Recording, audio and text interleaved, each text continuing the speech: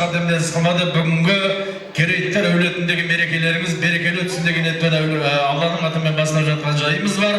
Тойдың басын шола қойыңыздар, керейттер әулеті той құтты болсын.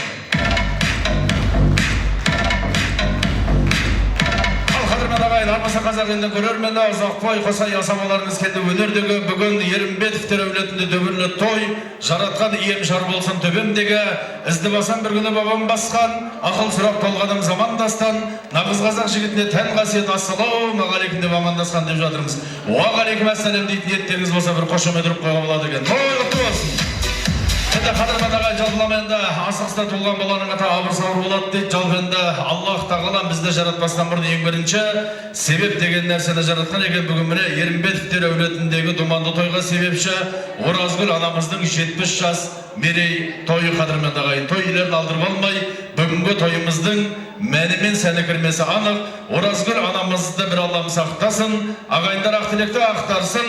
Барша ағайын туысқандар, құда жекжат дос жарандар, барша қара көздер орнымыздан тұрып, қошеметті ұрсаңыздар. 70-ке келіп жатқан Оразгүл анамыз сіздердің қошеметтеріңізбен табалдырып қараттасын.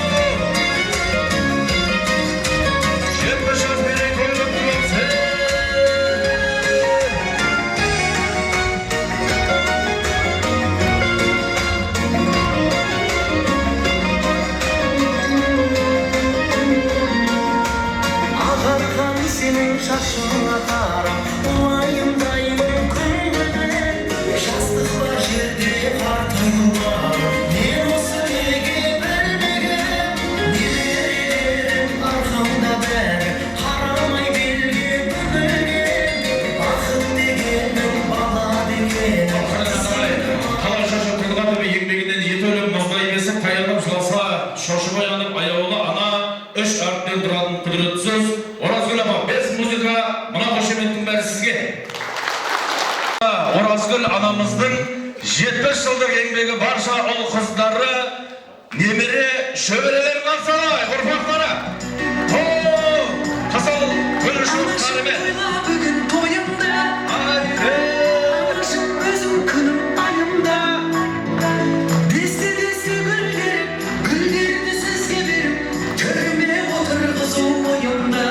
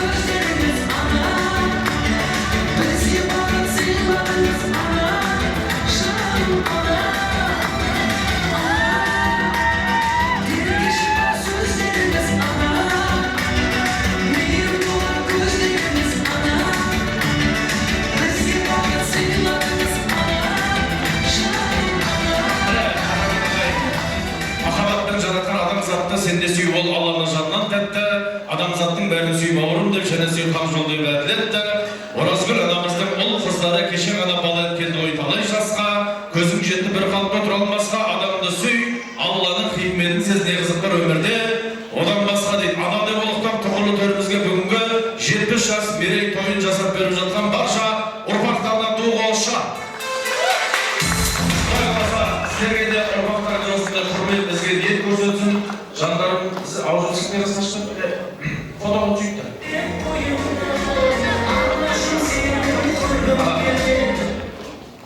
Жақында баға. Ағалар, зерде болып түсекте болады. Рахмет жандарымға, Оразгүл'амызды қараңыздар қандай әдемі көрінісі, қызыл гүл шоқтарымен құттықтап жатыр. Оразгүл апа, сіздерді тұғырлы төрге жас келіндердің қасына жайғастырайық. Қазір енді барша тілек ниеттер сіздерге арналады. Соған дейін бірдеңе ішіп жеп алсын деп. Ал енді думанды тойымызды қос бірдей ақсақалдың ақ батасымен ашып алуды жөн санадық. Біз ортаға Төрехан ағамыз бен Әлібай ағаларды хан қалай қошеметпен асаба алаңына ақ бата қалдырайық. Келіңіздер аттары талған. Ақсақалдар.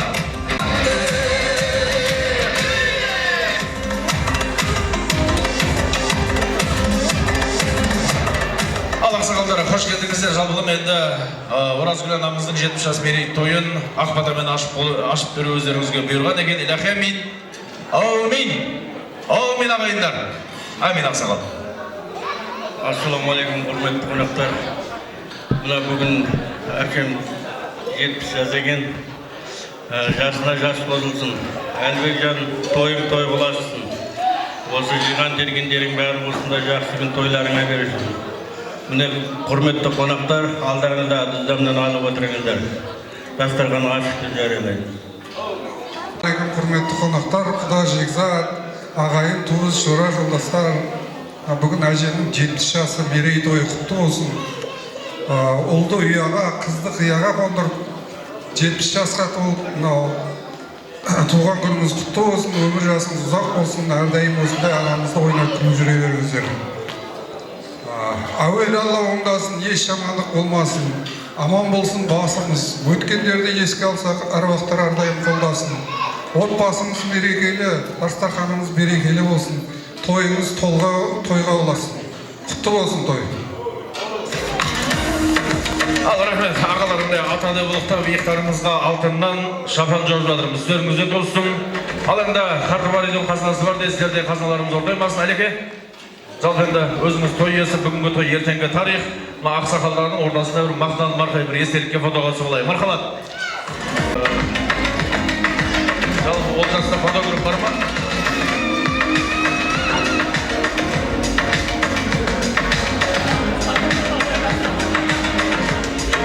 Дұрыс, қадыр.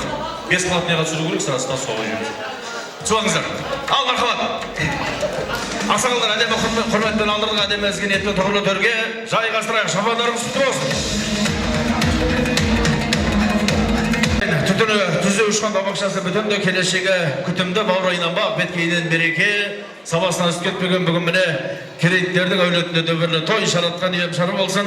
Жалпыламайында ақының тілімен әсбеттеп айдар болсақ, тойрыз той дастархан той думан, той қуаны шаттық бізге сыйлаған той мереке, той жақсы, той тілігімнің куәсі, той ежелден келе жатқан ата-баба мұрасы деп жатырмыз. Керейттер әулетінің думанды тойы ортаймасын, жалпылама құйылған астан, бұйырған астан алып отырайық.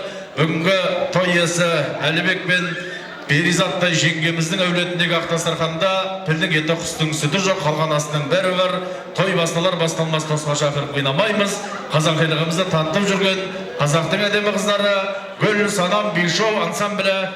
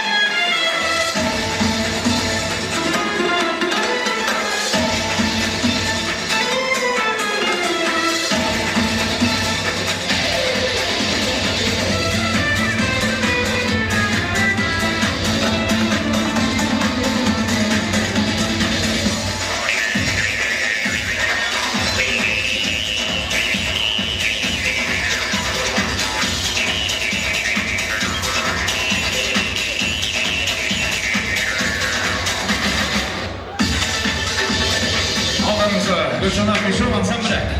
Әдемі бейден кейін бүгінгі думанды тойымыздың алғашқы ақтілек кезегін сынайық. Жалпылама осы думанды тойымызды ақтілегімен ашып беретін, әулеті мен сәулеті жарасқан керейттер әулетінің барша жасы үлкен, ата әжелері, аға жеңге әпке жезде, іні келін қарындас, күйеу балдары ашып береді ағайын. Мәлік ағамыз бастаған Асия анамыз, Надия Төрехан, Ләззат Нұржамал, Гүлсім Айжамал Қалдыбек, Ибагүл Алихан, Гүлнара Жәнібек, Қуаныш Закира, Дәуірхан, Гүл Сара, және де Мақаш Мұхан, Айгүл Айбек Жанна, Ерғали Марина, Бақытжан Әсем Данияр, Айгерім Жалғаз, Ақсәуле, Нұрлан Айнұр Ерлан, Дәуірхан, Гүл Сара жеңгелер. Келгізер аттары толған қонақтар. Ақтілекке.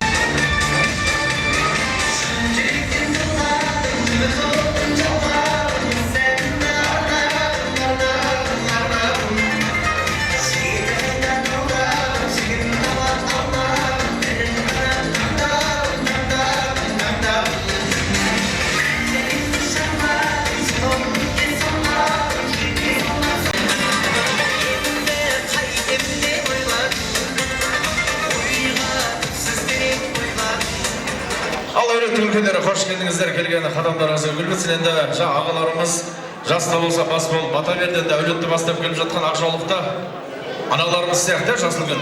Аналарымыздан бастап алайық. Сен аналарымыз Ақтілек. Құрметті қонақтар, міне бүгінгі себепшіміз атамыздың 70 жас мерейтойы құтты болсын. Әлібек тойы құтты болсын. Перизат апама зор денсаулық, бақыт тілеймін. Одан да жастарына жас қосылып, балаларының қыздығын көру нәсіп етсін.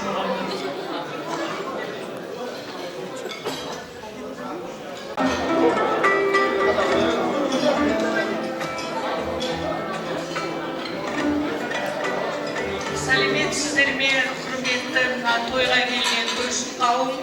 Бүгінгі мына 70 той Оразгүл, алтын тойымыз құдағи болады ғой енді, шығып кетті мен. Тойыңыз құтты болсын, тағы 70 жасыңызға жас қосыла берсін. Немере сүйіп атсыз, шөбере сүйіп, аман есен жүре беріңіз. Балаларыңыздың қызығын көріп, жасыңызға жас қосылсын. Осындай той әрі болсын, отбасыңызға жұғысты болсын демекпін. Ассалаумағалейкум. Бүгінгі керейттер әулетіне келген ағайын туыс-бауырлар, анда жеңжаттар.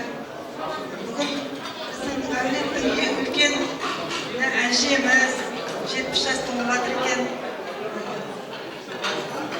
Әже, туған күніңіз құтты болсын, деніңіз сау болсын, Алланың берген ғұмырын бала-шағаның алдында жасай беріңіз, жасыңызға жас қосыла берсін. Сіздің еңбегіңіз біздің әулетке өте орасан, өте зор. Еңбегіңіз жаңа берсін, енді тек балалардың жақсылығын көріңіз, қуанышын көріңіз. Отбасыңызда ешқандай жамандық болмасын. Әрқашан әулеттің тек жақсылығын көріңіз. Жиған бергеніңіз осындай тойға бұйырсын, барлық әулетке осындай той жұмысты болсын. Барлықтарыңызда осындай тойға жетіңіздер.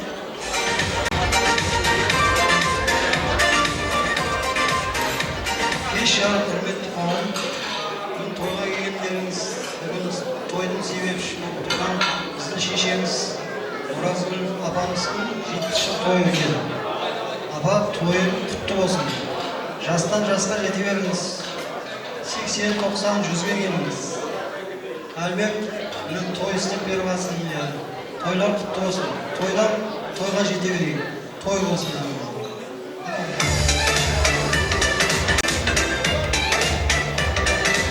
Ассалаумағалейкум, құрметті қонақтар.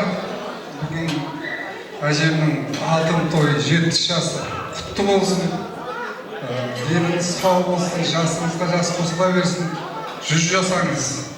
Бір кісіден сұраған екен, жасыңыздың ең әдемі жасы қайсысы десе 70 жас деген.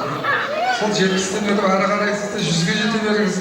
Жасыңызды бізге жұғысты болып, бізге берсін сіздің жасыңызды. Әрдайым осындай ойнап күліп жүре беріңіз, немере шөбере сүйіп. Алла нәсіп етсін сізге. Тойға оласын, әрдайым осы біздің әулетте осындай тойлар көп бола берсін. Барлықтарыңыз отбасыңызға амандық, денсаулық, бақыт тілеймін. Бар болыңыз, Аман болыңыз, бай-қуатты болыңыз.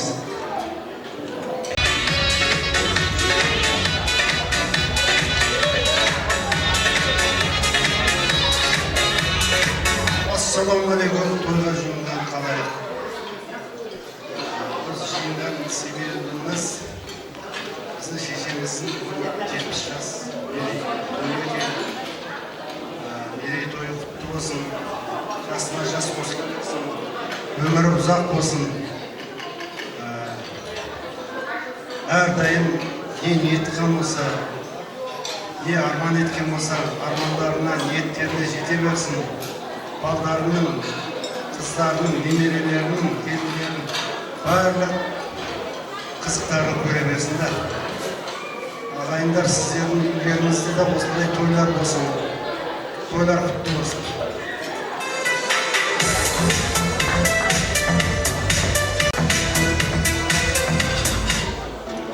Ассалаумағалейкум.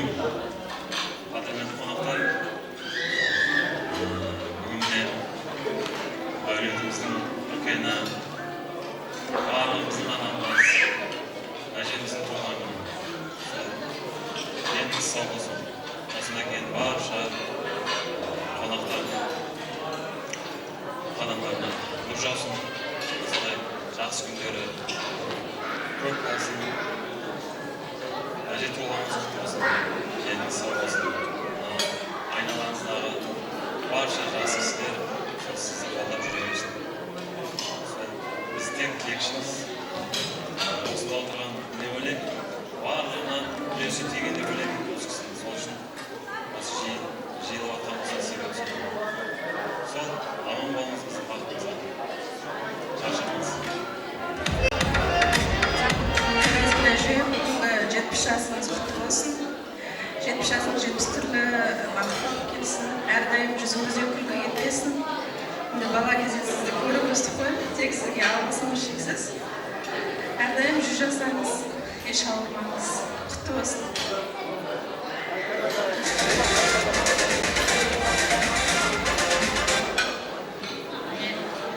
Оразгүл апа, әрі әже, әрі апа, туған күніңіз құтты болсын, деніңіз сау болсын, ешқашан ауырмаңыз, жасыңызға жас қосып жүре беріңіз. Осы балдарыңыздың, немерелеріңіздің қызықтарын көріп қартаймай, өстіп ақ әже болып жүре беріңіз. Осы тілектерге қосыламыз. Рахмет, қалған бауырлар қосылатын сияқты бізде. Іште айтқан тілек қабыл болады, тілектеріңіз қабыл, мұратарыңыз асыл болсын. Жастарыңыз 80 келген кезде немере шөберені қызғана тоймайтындай жүздеріңіз ұшақ болсын. Жастарыңыз 90-100 келген кезде сол немере шөберені бағатындай бойларыңызда қуат болсын. Ғұмырлы болыңыздар, тұғырлы болыңыздар. Ал мархабат, анамызды арнайы мына жерде атап өтетін әрбір ағамызға, иықтарыңызға осы Әлібек пен Перизат жеңгеміздің атынан шапан, аналарымызға камзол. Ағасы, құттыға сұрайсыз ба? Осы баған батада суағын рәші өткенмен. Халық қонақта рәші-мешіне де етпейміз. Келіп ортаға Оразгүл анамызды алып бір фотоға түсуаңыздар, тойдан естелік болсын. Мархабат! Сый-сияпаттарыңызды табыстап алыңыздар, тойларыңыздар қайтсын.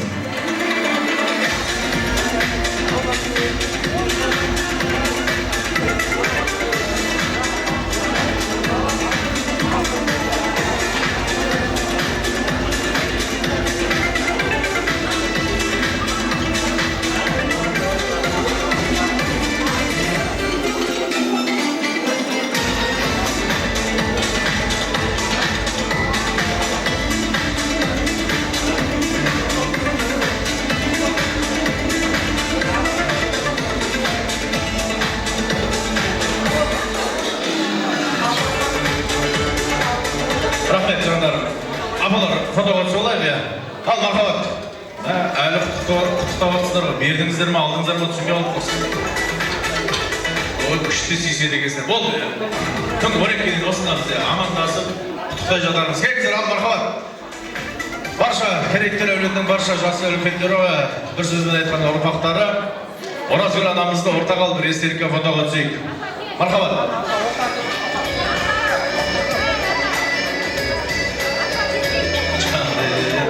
Апам орамалдың бәрін ұстап қатып қалды. Қызметте келіндер бар ма? Көмектесіп жіберейік.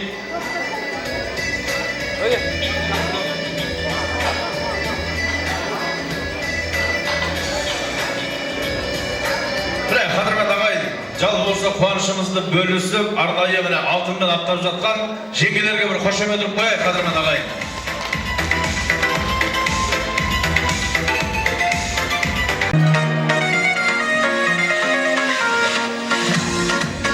Ал барға тұрғындарға жайғасайық, өлеттің үлкендері.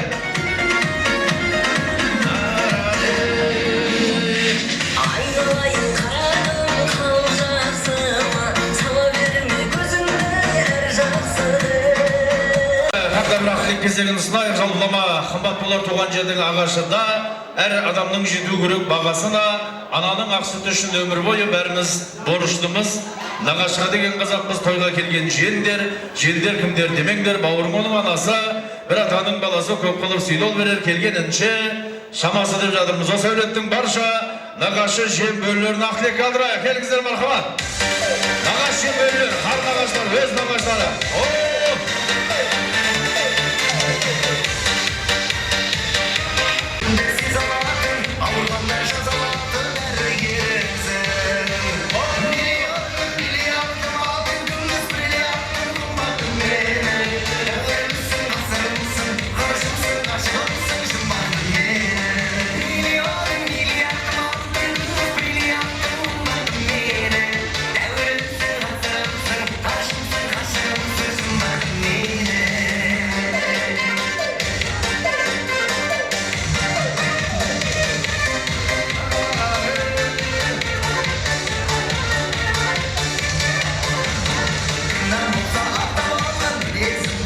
Кішкене ал керек тұрсаңыздар, сіздерге арналған бір шағын сахнамызды білейік, техникалық ақаулар бар.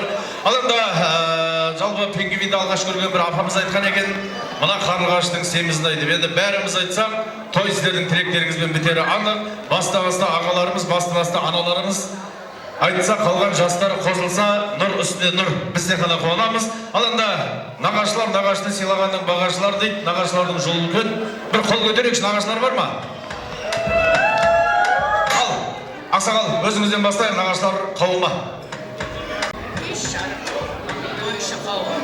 Мына бүгін жиналып отырған себебіміз, қайын сіңлім 70 жасқа толған, 70 жасы құтты болсын. Денсаулығы мықты болсын. Немере шөбересін сүйіп, ойнап тұрып, алдымызда жүре берсін. Әлбек пен Дери тойларын және бір құтты болсын. Семьямыздың атынан подаркамыз сақинамыз бар. Ассалаумағалейкум, құрметті тойшы қауым. Мына бүгін кешке жиналып жатқан себебіміз әпшем Оразгүлдің 70 жас екен. 70 жасың құтты болсын. Әрқашанда осы балдарым қызығын көріп ойнап күліп, осылардың ортасында, біздің ортамызда ойнап күліп жүре бер. Әлібекжан той құтты болсын.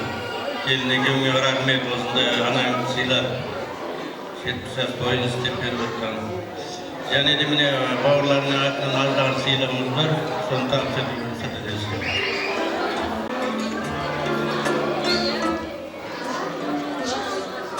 Құрметті тойшы қауым, апа, қымбатты апа, 70 жасыңыз құтты болсын, жасыңызға жас қосыла берсін, деніңіз сау болсын, әлбек құтты болсын енді тойлар. Бақытты болыңдар, дендеріңіз сау болсын, әрдайым осындай тойда кездесе берейік, денсаулықтың арқасында. Бақытты болыңдар, деніңіз сау болсын.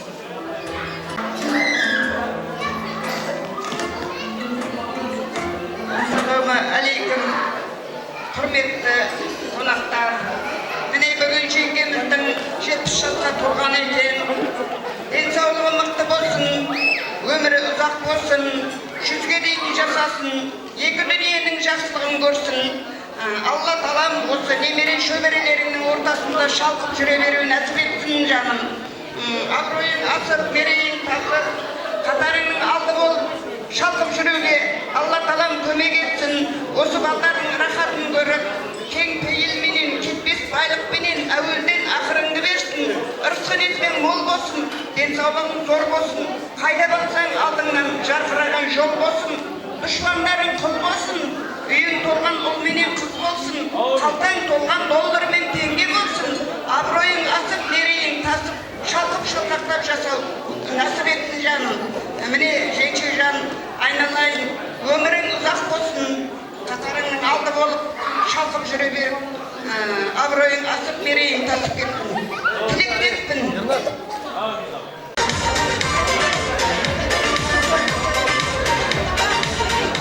Құтты болсын туған күн, кіндігіңді кесіп ап, жібек жіппен буған күн, шілдехана суымен алғаш рет жуған күн,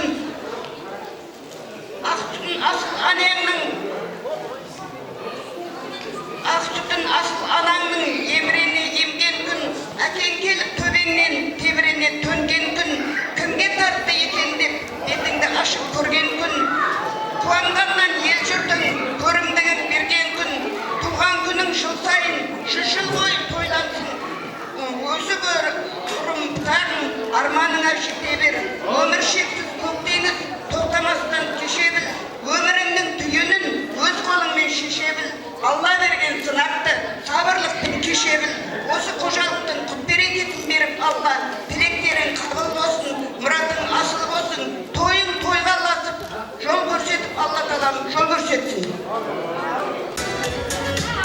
Ал апа, міне құр қолға бата жүрмейді дейді.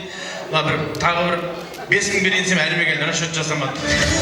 Амаға бір қошамет ұрып қояйық, Қадырмен ағай, міне ақ батасымен ал енді қысқа нұсқа болса. Сәлеметсіздер ме, құрметті қала. Міне бүгін Ерімбетовтердің отбасында үлкен қуаныш, Оразылдың 70 жасы. Бұл той Ерімбетовтердің барлығының тойы деп ойлаймын. Нағашыларыма тойларыңыз құтты болсын деймін. Оразыл мерейлесі құтты болсын, 70 жасы құтты болсын. Жылдан жылға денсаулықтың арқасында осындай тойларға жете беріп, немере той, шөбере той бәріне осы Ерімбетовтердің әулетіне басшылық жасай бер жаным. Тойларыңыз және құтты болсын. Құрметті қатынашылар, бүгін өте қуанышымын, міне Расул қарындасымыз, міне Әлібек тойлар өтегесіне тойын тойға ұласын, Расул әлі жеңге, әлі қарындас, оның жасыңыз ұзақ болсын, 100 жасаңыз, алдыңдағы несінің арқасында осы балдар бар, аман болсын, тек жинаматеріңіз тойға бөлсін, той болсын, балдар аман болсын. Әлбек келін тойларын құтты болсын, әжемнің жасыңыз ұзақ, деніңіз сау болсын. Немерені ертіп, шөберені шертіп жүре беріңдер. Алла ұзағынан сүймесін. Керектерге келсек тойға келейік. Соғым сойғанда шақырттыңдар. Керектердің бір әдеті бар.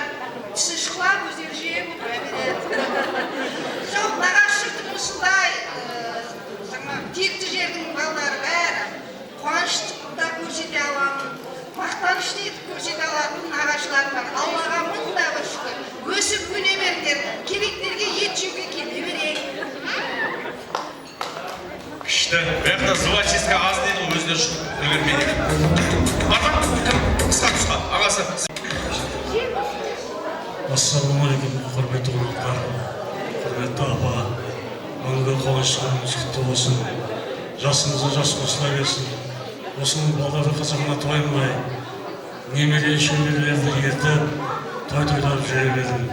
Ауылдан жеңдеріңіз сәлем айтты, әжемді базар етіп қойдеді. Гүлжазира, Гүлжайна, Жамұқан, Құлмұқанға. Айтарым сол, тойыңыз той боласа берсін, 100 жасаңыз, тойыңызға қызметте болайық. Аман сау болыңыз. Рахмет сізге. Ал апа, аналық ақтылек.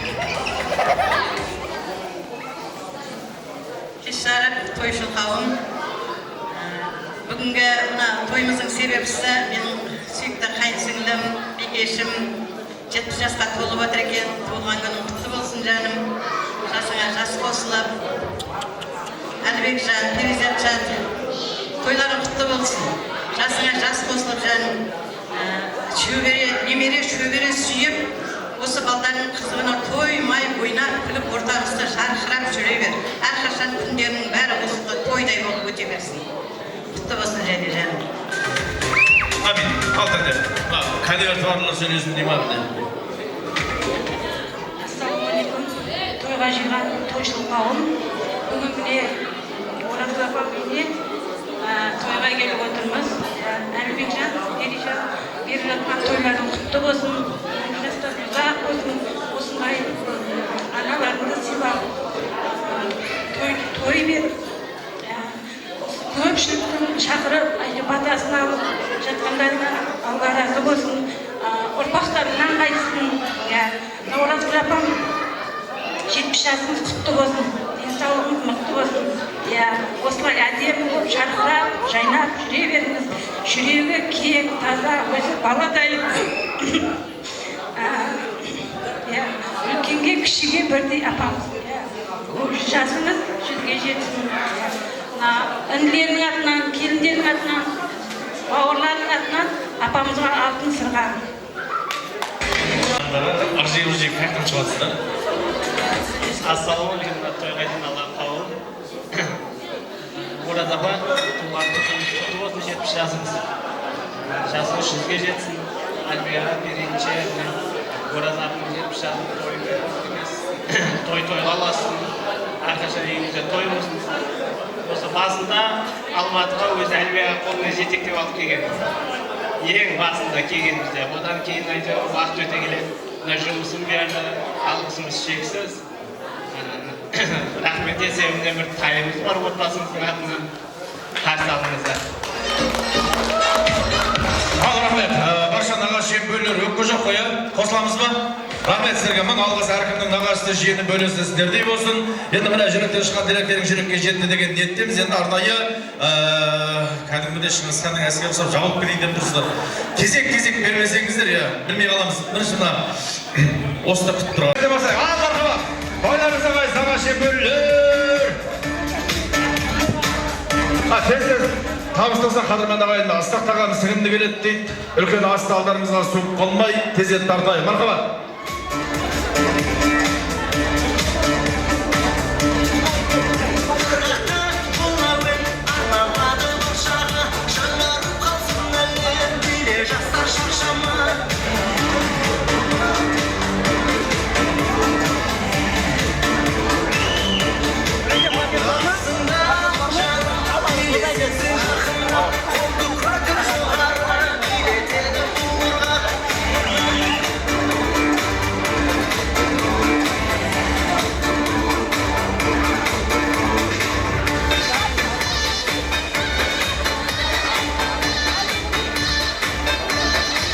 Ешкімешкайда кетпек, апа.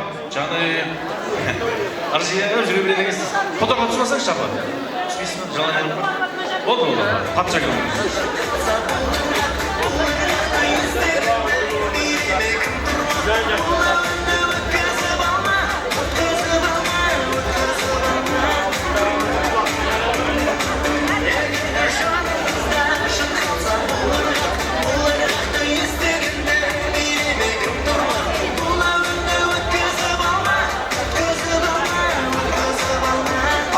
Мархабат, қадырмен ағайын, мына енді сый-сияпатты мына келіндерге ұсынсаңыздар өтініш. Келіндерге ұсынып берейік. Баршамыз мына қазір арнайы осы әлекеңнің құрметіне қазақ эстрадасының жарық жұлдыздары келіп жатыр. Біз сіздерді басқарсақ, мен де басқаратыны керектер әулеті жетерлік сол себепті мына тойдың жақсы өтуінде бір жағадан бас, бір жеңнен қол шығарып, атсалысып отырайық. Болдық па?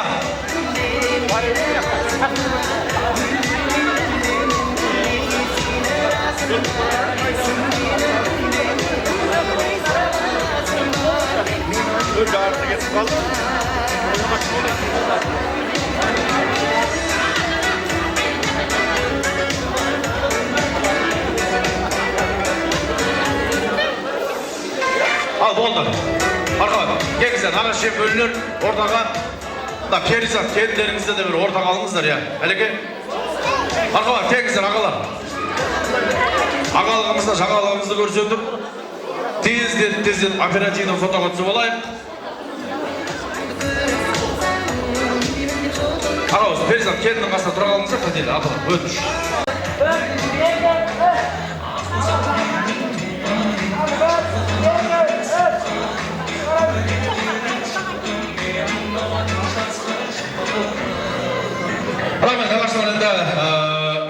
осындай өкпен асыз тікелей ақтасарға жайғаса, қазір үлкен асына тартып болғаннан кейін осы қазақ эстрадасының жарық жұлдыздары келіп осы наға шеңберлерді арнайы билететін болады. Тездеп төлетейік. Алаңда қадірмен ағайын алдымызға ас келеді, аспен бірге бас келеді. Етке, сорпа бетке, қалғаны пакетке де бірінші тамақтан кетіп қалмайық. Ары қарай екінші ыстық тағамыз бар, той бастар тортымыз бар. Бүгінгі керейіктер әулетіндегі думанды тойдың Қазағымен шұжығы сіздермен біздерде қазақтың көмірлеген күйіменен Олжас мейрамханасында яшы ол қыздардың аялы алақанымен үлкен асалдарыңызға жол тартады.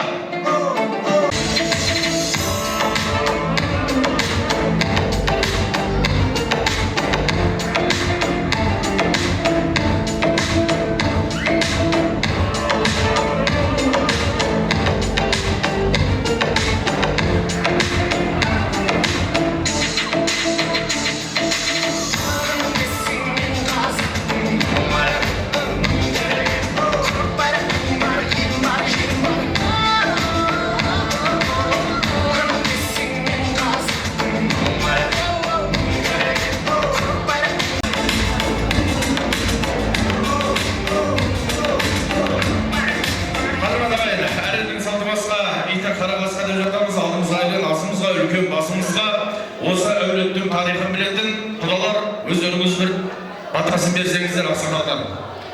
Үлкен астың батасы ал, мархамат қадірмен ағайын. Алақан жайып үлкен астың батасын алайық. Әумин.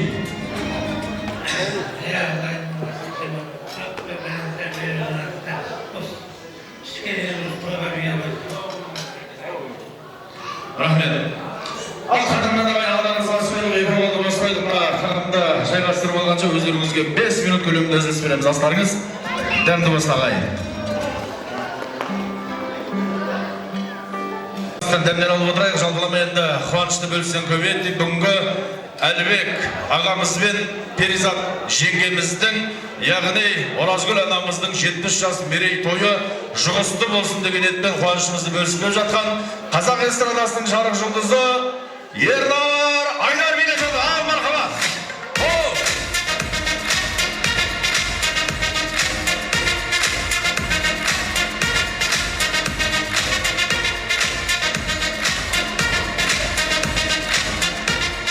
Рахмет.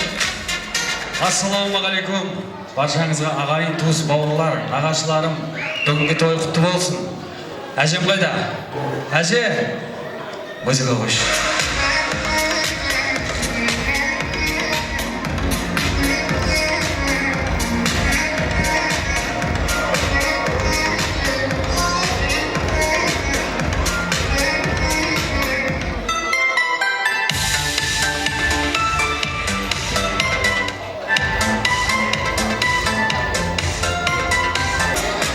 Рахмет.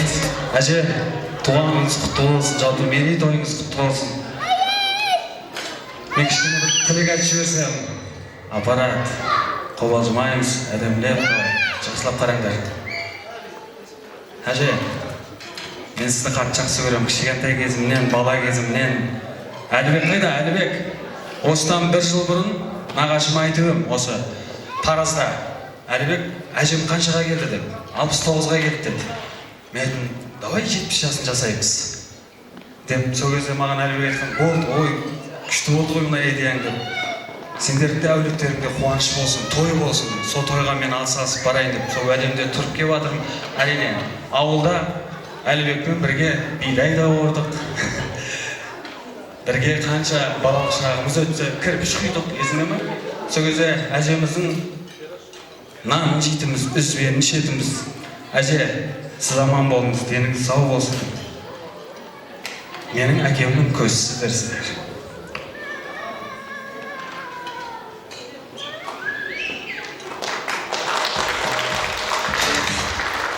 Мына жерде Айбектің ағашым бар. Нұржамал апам қайда? Нұржамал апам. Барлықтарыңыз жақсы көремін. Ескі апам да осы жерде ме? Гүлс апам, жандарым. Сіздердің нағашыларыңыз менің түп нағашым ғой. Аман болайық. Кішкене қобалжып қалдым, айып етпеңіздер. Астан алып отырыңыздар. Мен сіздің құрметіңізге ән шырқаймын. Қазір оған дейін мен Бауыржан ағаммен амандасып алайық, тұра тұрыңыз.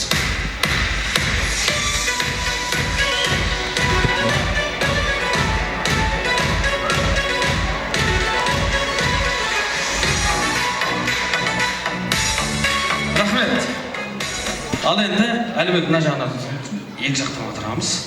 Сөйтеміз де біз ана туралы әнді жібереміз. Сіздің құрметіңізге әже. Анашым тойла бүгін тойымда, анашым өзің күнім айымда. Десте гүлдерім, гүлдерді сізге беріп, төріме отырғызу ойымда. Эй, десте гүлдерім, гүлдерді сізге беріп, төріме отырғызу ойымда. Анашым тойла бүгін тойымда, анашым өзің күнім айымда. Десте гүлдерім, гүлдерді сізге беріп, төріме отырғызу ойымда. Десте гүлдерім, гүлдерді сізге беріп, төріме отырғызу ойымда.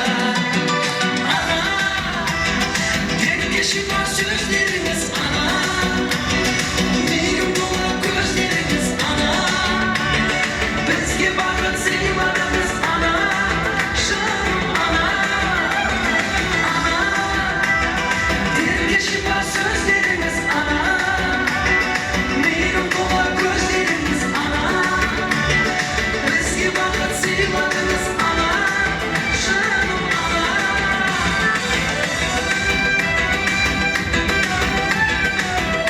Әже ана болыңыз. Сөз жасаңыз.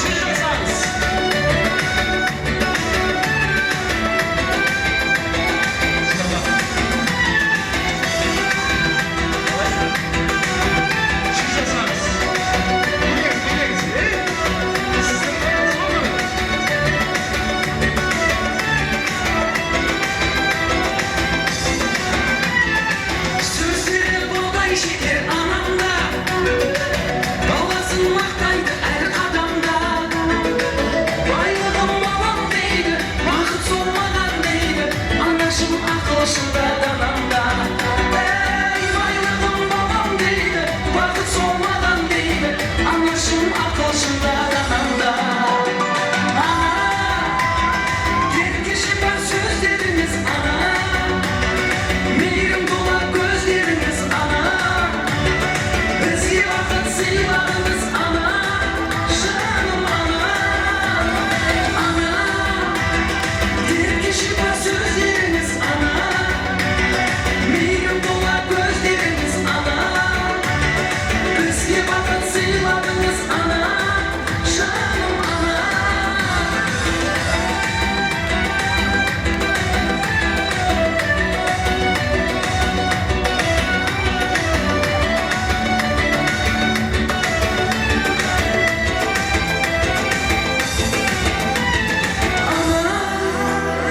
Ерке шипа сөздеріңіз ана, мейірім тола көздеріңіз ана, бізге бақыт сыйладыңыз ана, жаным ана.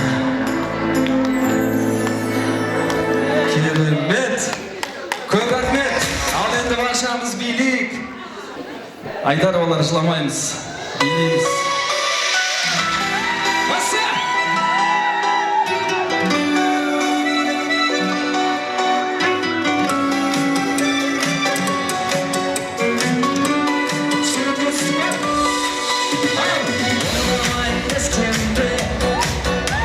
Sensiz baqat köşemde, sezim hakkı köşemde, duratan kız.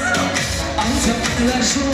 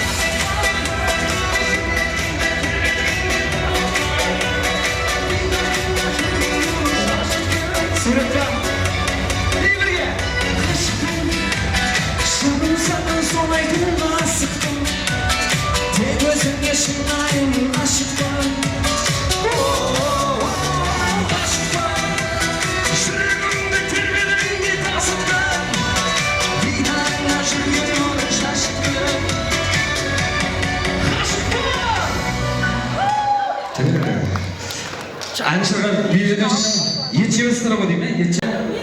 жасыңыздашы күнде біле бермеймін ғой. Билик! О, апа, амансыз ба? Тамашаны жүгіреміз бе, нені жүгіреміз? Тамаша! Кеттік әнекей. Тамаша!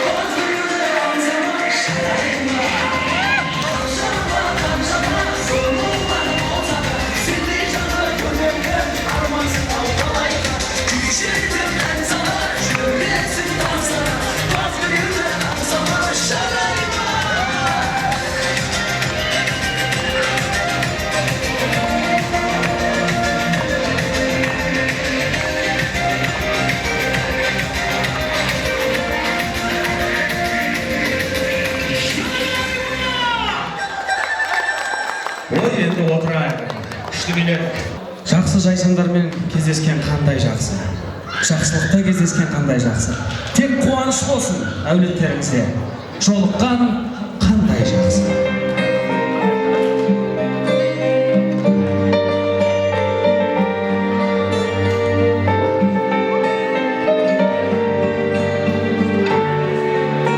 Сәл қошеметтеп отырамыз.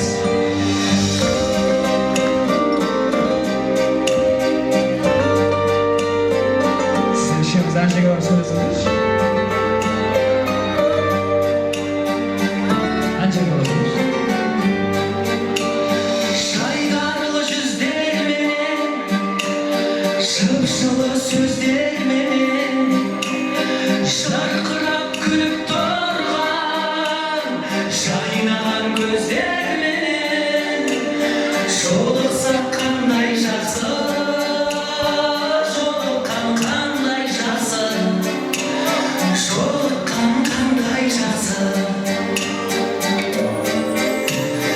Махаббат мен дегенде, жүректер шөлдегенде, сағыныш лаулағанда, көп болып көрмегенге, көріскен қандай жақсы, жолыққан қандай жақсы, жолықсақ қандай жақсы. Аман болыңыздар.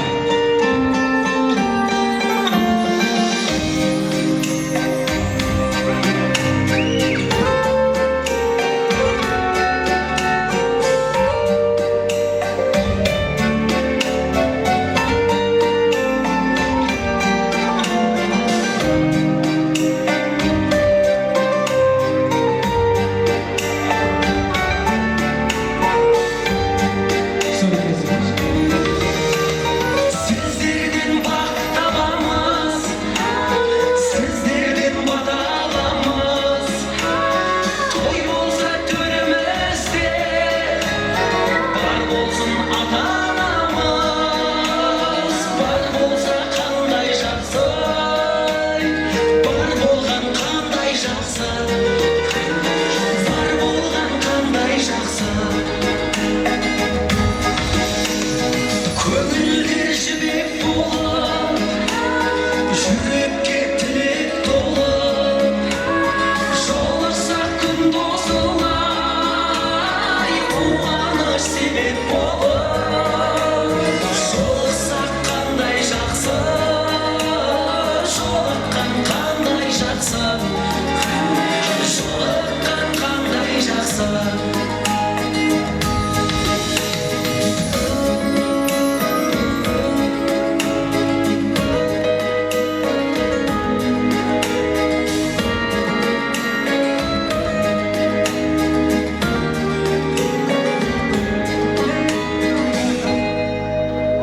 Көп рахмет. Тойда боласың, тамада бауырым, келе қой. Ал сен үшін арнайы қуаныштарыңызды бөліскен Ернар Айдарға бір тастойды қошемет ұрайық. Алында қадірмен ағайындар жалпылам енді осы Ернар Айдар бауырымыздан кейін арнайы осы қуанышымызды, ағалығымызды, жағалығымызды көрсетіп, қазақта жақсы бір сөз бар, сөз қадірін білмеген, өз қадірін білмейді деген. Осы сөздің қадірін біздің күллі қазақ елінде паш етіп жүрген Бауыржан ағамызды ортаға қалдырайық. Мархабат. Мархабат. Жақсы рахмет, ардақты ағайындар. Әнінде естісі бар, есері бар деген.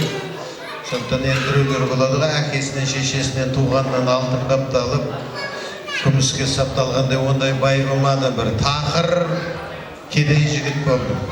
Ешкім жақтырмайтын еді. Арық кезімде көзім үлкен болатын. Ана Муравей деген мотоцикл болады, сонымен оны тасимын. Сонда ешкім жақтырмайтын, сонда нағашылар ұрсатын, осы сен көзің бадырайып ұры боласың, атаңа нәлет көрген деп сөйтеді. Жиендерім қисық сөйлейсің, сен ауыздан авария боласың деп. Сол кезде бір жазған өлең еді, осыны Өзбекстанда біреулер сұрап алып айтты, 89-90 жылдар. Одан ана қырғыздың әншісі бар екен, Алтынай Нарбаева деген, сол сұрап алып айтты. Одан ана Әбжаппар деген бала сұрап алып айтты. Бұл ет жеп отыра, билейтін емес, тыңдайтын өлең, соны бір тыңдап көріңіздер. Егер қолда дүние болмаса, немесе жалғыз ана деп қабылдаңыздар. Bir жақсы ду қол шабалақ болса.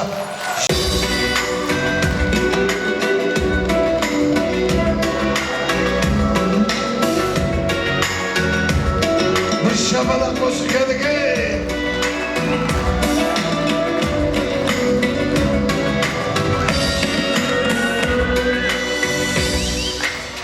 Siyasının bәрі almasa,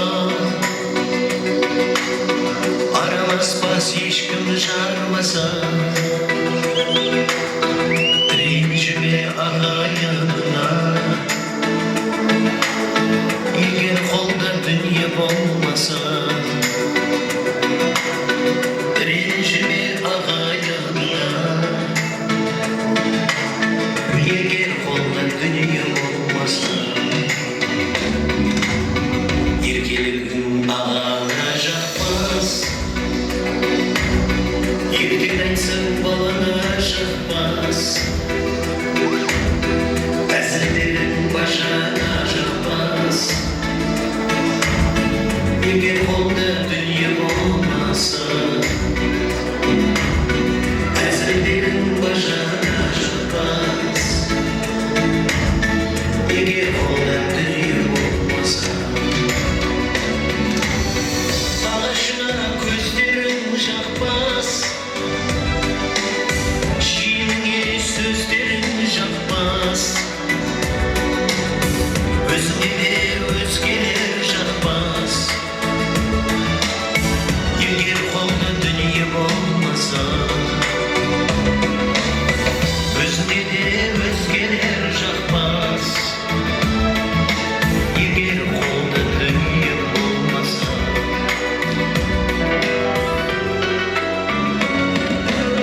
Сырластарым сырыңды ашар, жарым досым жанымнан ашар, әйелімде айқайда басар, егер қолда дүние болмаса, әйелімде айқайда басар, егер қолда дүние болмаса, немереңде сұрақ қоймайды, сөзіңізде қуат болмайды, қызыңызда құлақ қоймайды, егер қолда дүние болмаса, ұл-қызыңда құлақ қоймайды, егер қолда дүние болмаса. Şabalak gele. Toy kutlu olsun.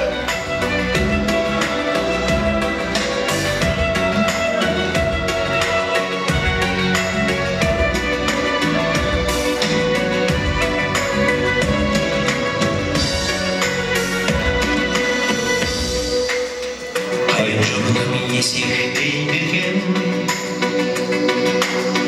құдаларың өсектейді екен, әбден есіп кесектейді екен, егер қолда дүние болмаса, әбден есіп кесектейді екен, егер қолда дүние болмаса, саған ешкім ергісі келмес, қарыз сұрап бергісі келмес, түріңді де көргісі келмес,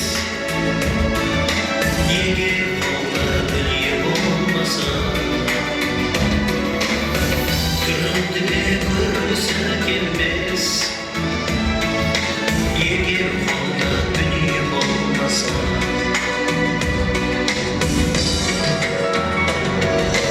Дүниесіз пенде көпке сыя алмайды, кей жігіт сыйрамын деп қиялдайды, ауыл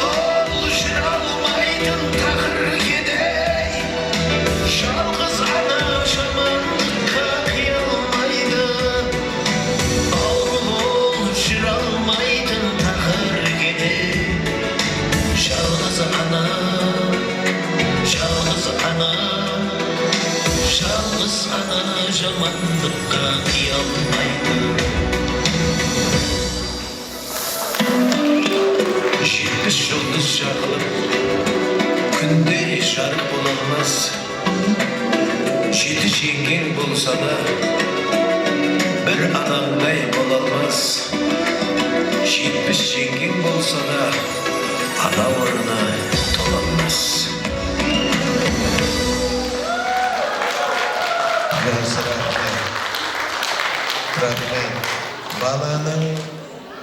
Баланың білегі ауырса, ананың жүрегі ауырады деген. Ананың сүтімен дарымаған қасиет ешқандай түйенің ананың сүтімен дарымайды деген. Сондықтан алтын құрсақты анадан туып, ақжаулықты ананың сүтімен адам болып деген азаматтар бүгін осы Оразгүл анамыз үшін, Оразгүл анамыздың анасы үшін, бүгінгі осы баланың анасы үшін, жер бетіндегі аналар үшін ананың сүтімен адам болып деген азаматтар орнымыздан бір тік тұрып шапалақ ұрайықшы.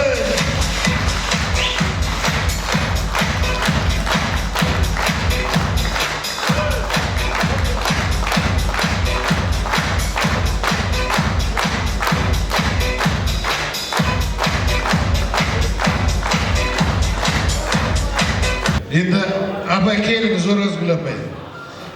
Аспаныңыз ашық болсын, дұшпаныңыз қашық болсын. Сіз 100-ге келгенде мен 86-ға келіп, тағы да ән айтуды Алла тағала нәсіп қылсын. Мына қазақ деген халық қана бір-бірімізді көремейді екенбіз. Жақсы сөз айтамайды екенбіз.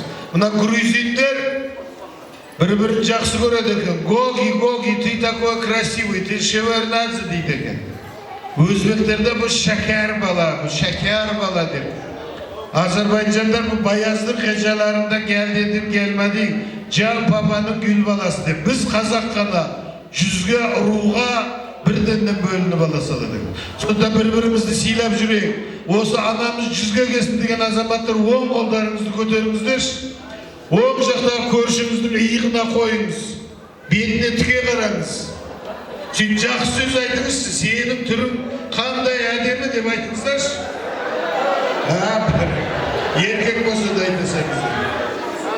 Айтыңыздар ма? Ең сол қолдарыңызды көтеріңіздер. Сол жақтағы көршіңіздің иығына қойыңыздар, бетіне тіке қараңыздар, қаратпаңыздар. Сөйтіп айтыңыздар, сенің менің түрімде жұмысың болмасын деңіздер. Жақсы күндеріңіз көп болсын, аспандарыңыз ашық болсын апа. Құда қаласа жақсы күндерде кездесейік, ел аман болсын, тыныштық заман болсын. Мынау өсіріп атқан перзентіңіз елдің, халықтың қамын ойлайды, Қонаевтай, Назарбаевтай, Тоқаевтай адам болсын. 100 жасыңызға келейік, құда қаласа, рахмет сізге. Енді мен баяғыда Өзбекстаннан келгенбіз, біздер қазақпыз десе сенбейдім, сенің бәрің өзбексіңдер ғой деп. Сөйтсем 2022-де концерт қойсам, Ташкенттің айналасының бәрі ұлы жүздің балдар екен. Қанлы, Шанышқылы, Албан, Суан, Сіргелі, Төле би бабамыз сол жерде жатыр екен.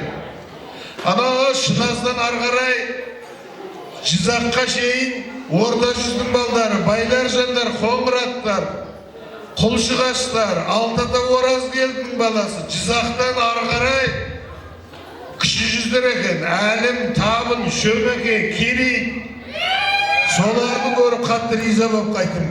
Әйтеке би бабамыз Нұратада жатыр екен, о жақты Тәуелібай дейді екен. Мынау Нөкістен анау Қошелі бар, Тақтакөпір бар, барлығы қазақтың жері болған жер екен. Соны барып, бір апта концерт қоям деп, 36 ат мініп, 36 шапан киікпегеннен күн үй алдым. Бетім табақтай болып, қалтама соға берге соттан. Сонша елдің, ана бабалардың рухын, ода мынау Алпамыс Батыр біздің бабамыз со жақта жатыр екен, Қоңырат елді. Сөйтіп сол кісілердің рухын бір тербетейінде бір түрі келді деген ән жазған ем. Сондықтан осы әнді тыңдап көріңіздер, әлі сиясы кеппеге түрі келді деген бар ма? Тыңдап көріңіздер кәдеге.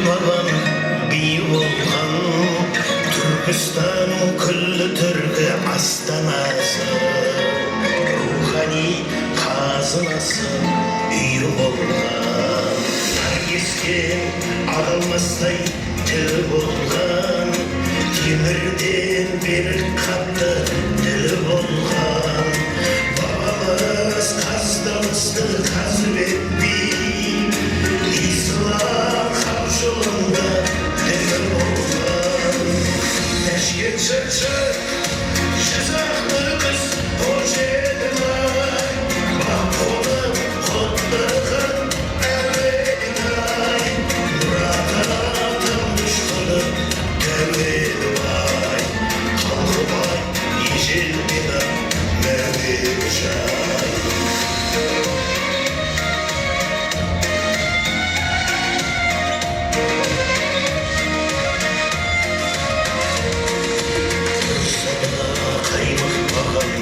Aldarıstan Жүрегі тайсалмаған жолбарыстан Шидері байсын жері оңырап еді Айтайын бай көріп алмамыстан Ташкент шыршы Жүзақты қыз қош едім ай Бақ қолы құттарған әуелін ай Мұрата Düşmanı devrim var Halkı var yeşil dina mevcut çay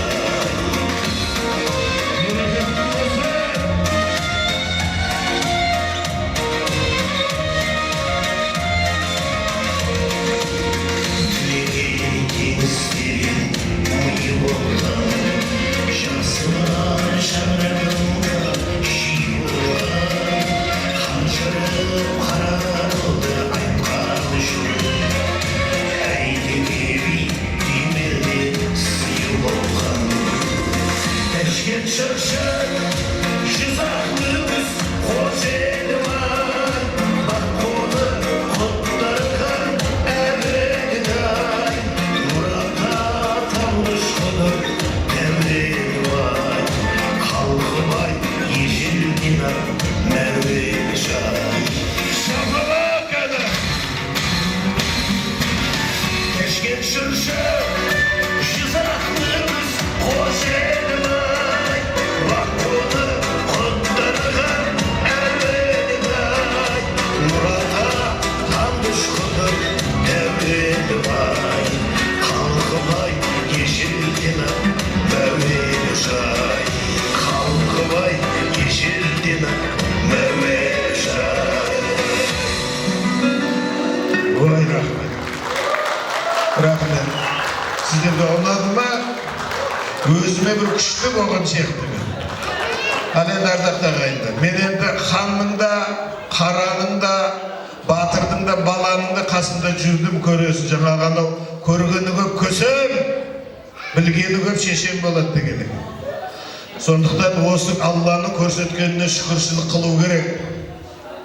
Қарғаға жаурағанда ыстық шоғарманда, қарнашқа қарының тоғарманда, қарға өлексемен боғарманда қарасаң мына жұрттың бәрі арманда деген екен шәкәрім.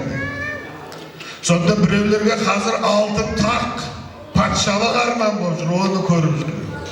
Біреулерге бақ, біреулерге дүние бітіп, біреулер дүниесін деп жүр. Сондықтан басыңның амандығы сол алтын тәжің. Құдайсыз қурайсың бас деген ниетте бір алтын тәж деген тыңдайтын өлең. Бұнда жазып, соны бір тыңдап көріңіздер. Көтерген екен. Шапалақ болсын жігіттер.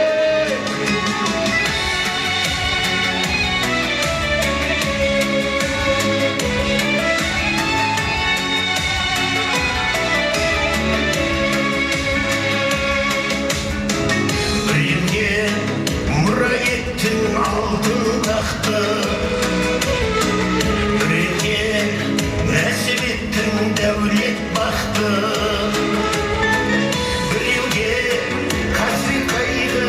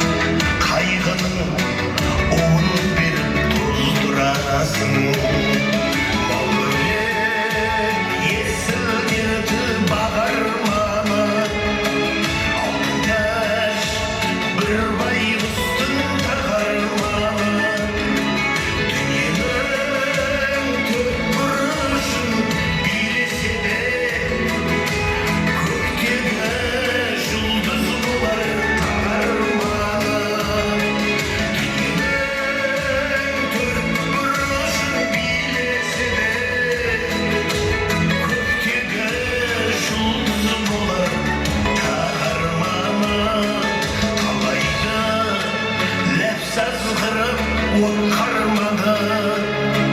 Не болар өлсең мал мен зат қалғаны. Дүниеге адам бол бір келген соң, жақсы ой адам дейтін ат қалғаны.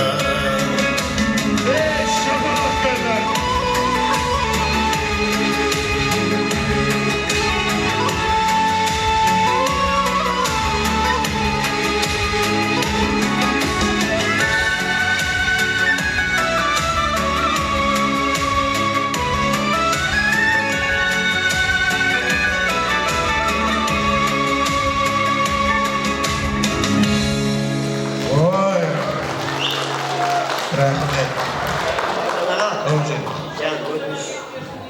Жалғыз бала. Қазір айтып беремін жаным. Рахмет, айтам. Мен өлеңді енді әнімді естісі бар, есері бар деген. Сонда не болса өлең қылғанды жақсы көрмеймін. Жаныма алдың бауырап. Ләйлім ләкәтім насыбай барма екәтім деген өлеңді ұната бермеймін. Сонда бір өлең дегеннің анау қартайған арыстан деген өлеңді айтып жүргем.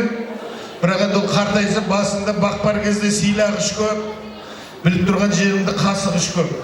Сондықтан енді көңілдеріңізді түсірмей, өзінің туған қатынымен келген адамдар бар ма? Қолдарыңызды көтеріңіздерші. Так.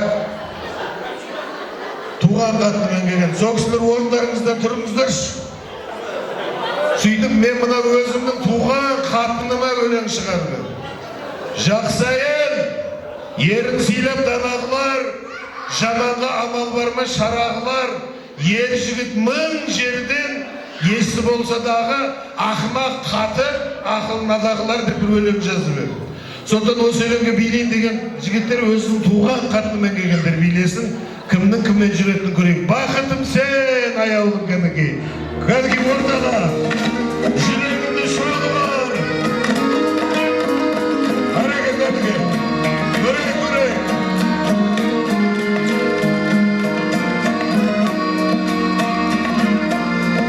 Жүрегімді шоғы бар.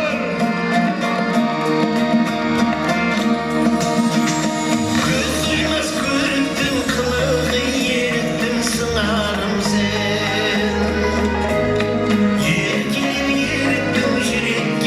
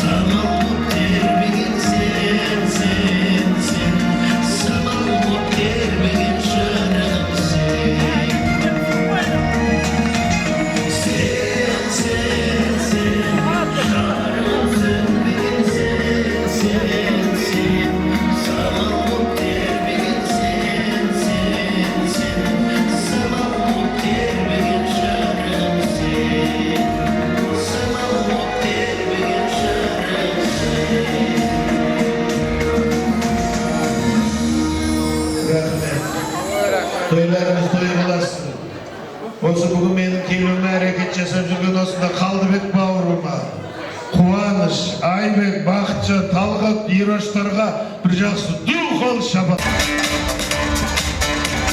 Міне, қадірлі ағайын, нағыз 70 жас күшті той болып жатыр, рухани дем алып жатырсыздар. Бауыржан ағамыздың тербелісінің ырғағында отырып, бешбармақтан алып жатсыздар. Ал енді қадірлі ағайын жабыламайында бәрі тамақ жеп болып бізді жеп қойын деп қарап отқан шығар болсын. Әдемі бір ақтілекпен бірінші бөлімде түйіндейміз. Құда бұл деп қинайды, құдаларын құдайындай сыйлайды. Қазақ өсті дүниемен малымды оңды солда шашу үшін жүреді деген қазақпыз. Осы әулеттің тарихын білетін барша генерал құдағдарынар келіңіздер Ақтілекке.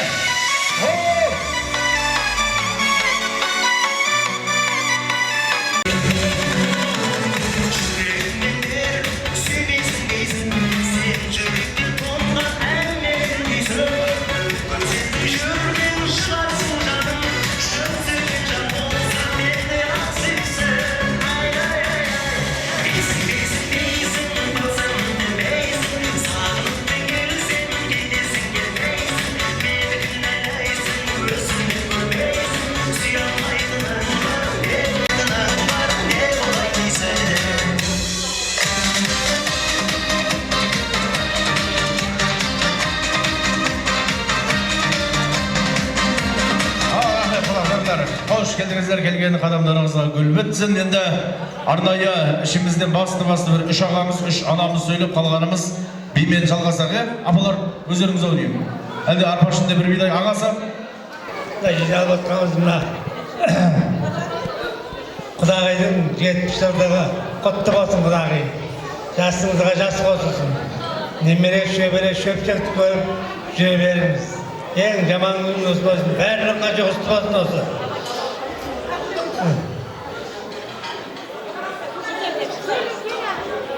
Ассалаумағалейкум, көпшілік той құтты болсын барлықтарыңызға. Құдағай, бүгін 70 жасыңыз құтты болсын, жасыңызға жас қосыла берсін, өсірген ұл қыздарыңыз қызығын көре берген. Бүгін міне күйеу баламен перизат айналайын, апаларыңа мерей той істеп бара жатыр екен, рахмет айналайын. Алла разы болсын сендерге, ертең Құда қаласа балдарың өсіп сендерге де осындай 70 жас, 100 жас тойларыңды жасап бере берсін. Соларды қызығын көре беріңіз. Құдағай 100 жасаңыз, өсірген ұл қыздардың қызығын, немере шөберелердің қызығын көре беріңіз. Аспаныңыз ашық болсын, заманыңыз тыныш болсын, жастар болса бақытты болсын, солардың қызығын көріп жүре беріңіз.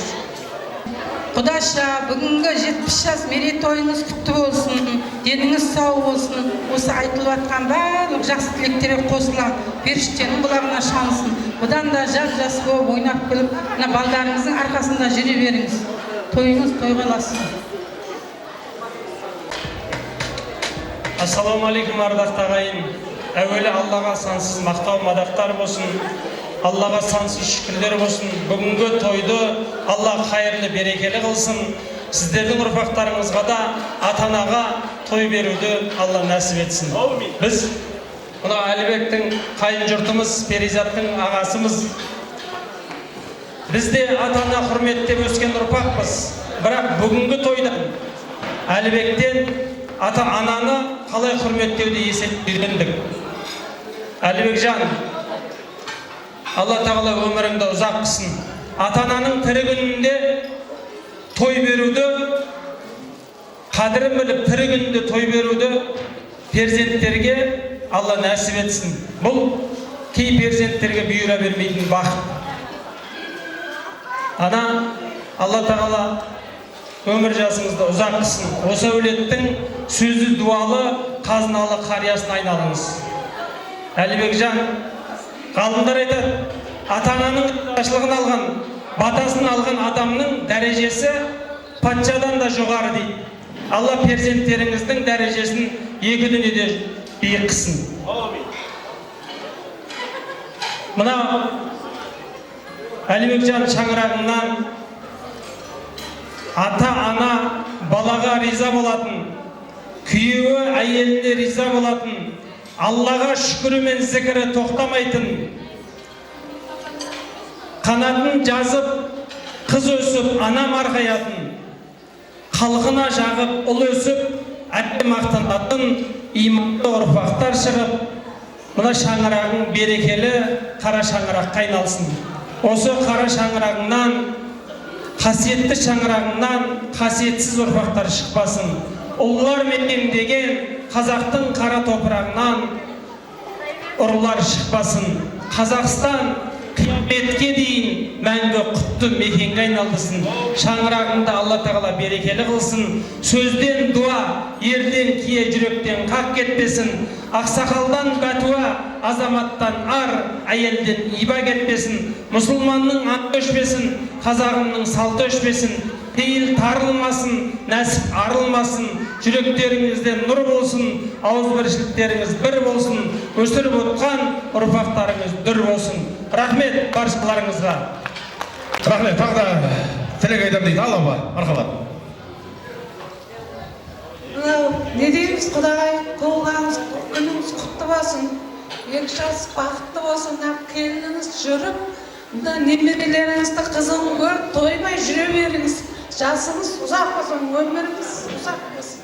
Осылардың қызығына тоймай жүре беріңіз.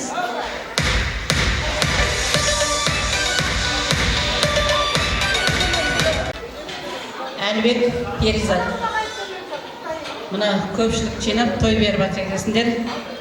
Ананы сыйлаған адам еш уақытта жаманшылық көрмейді дейді ғой. Аналарым бақытты болсын. Қазір 70-ке батса, Аллам 100-ге жетуді нәсіп етсін. Өсіріп отқан ұл қыздарыңның қызығында, құдалығында, жақсылығында, оқуға түскенде төрде отырсын аналарың. Құдай қаласа осы аналарыңның ырзалығын алсаңдар, өмірде өмір бақи бақыт болсын. Бақ қарап қыдырдарсын. Өз жерге жиналған көпшіліктің бәрінің үйінде той болсын. Тек қана еліміз тыныш, жұртымыз аман болып, тек қана жақсылық көреді.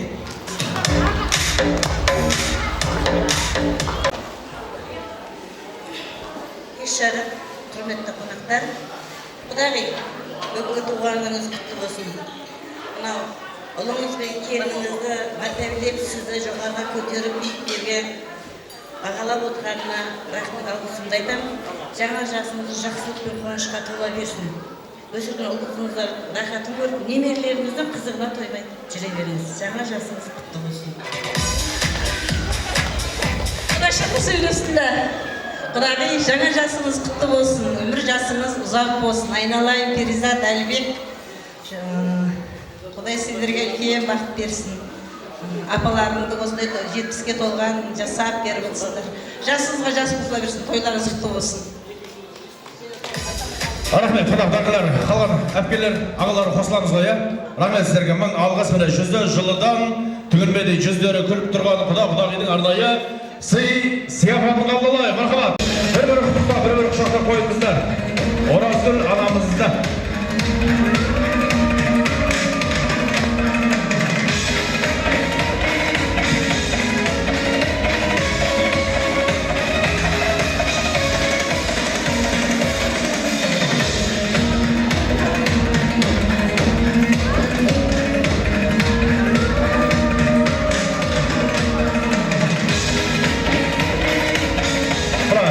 Жас келіндер болсаң араларға кішкене көмектесіп жіберсек, ертелі күнді еш қылмай, еткен еңбекті еш қылмай сияпатымызды табыстап, ағалар естелікке фотоға түсіп алайық. Сосын құдалардан үлкен астың батасын қайыр, бірінші бөлімді тамамдап, антрактіге шығамыз демалысқа. Мархабат, келіңіздер.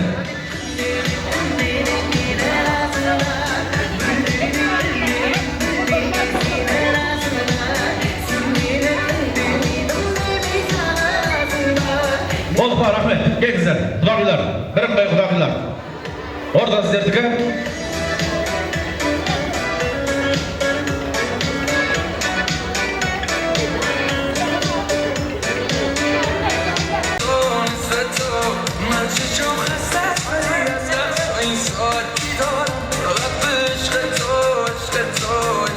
Ал рахмет, құдағилар тікелей ақтасырыққа жайғастырайық. Енді жол бұлама болса, үлкен астын дәмді аттық, үлкен астың батасын қайырып, құдалар қоя.